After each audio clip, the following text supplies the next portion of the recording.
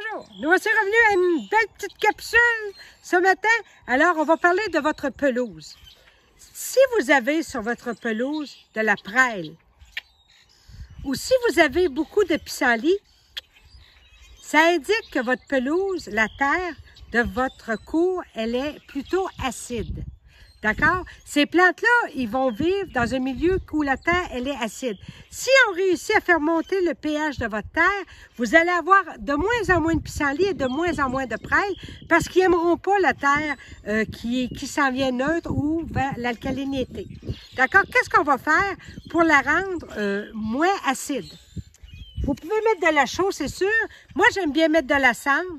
La cendre, ça a un pH de 11-12, donc c'est alcalin, la cendre. Donc, vous allez, on va prendre de notre cendre, on va la saucer, voyez-vous, parce que des fois, vous avez des clous, hein? Mettez pas ça sur votre terrain, parce que... Alors, on sauce la cendre comme ça, assis, là, voyez-vous, avec un vieux tamis. Puis là, je vais l'enlever parce que j'en ai déjà saucé. Un coup saucé, on a cette texture-là, regardez, qui est très, très fine. Hein? C'est riche en calcium, c'est riche en potassium, puis en plus, ça va enlever l'acidité de votre terre. Sur une pelouse, ça prend 9 à 10 livres de cendre, ça veut dire une petite chaudière comme ça, pleine, pour 1000 pieds carrés. D'accord? Fait que ça, c'est une chaudière de 1 gallon, Minou me dit.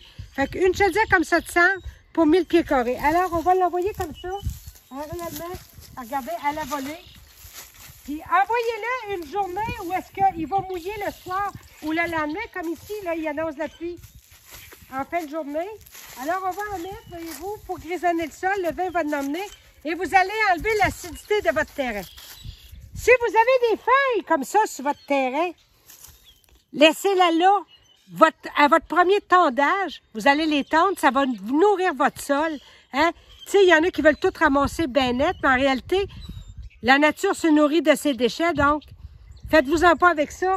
Le foin, la pelouse, elle pousse pareil, puis vous allez le tondre, ça va nourrir votre pelouse. Là-dessus, on lâche pas, mais surtout, enlevez les briquettes et les clous. Salut!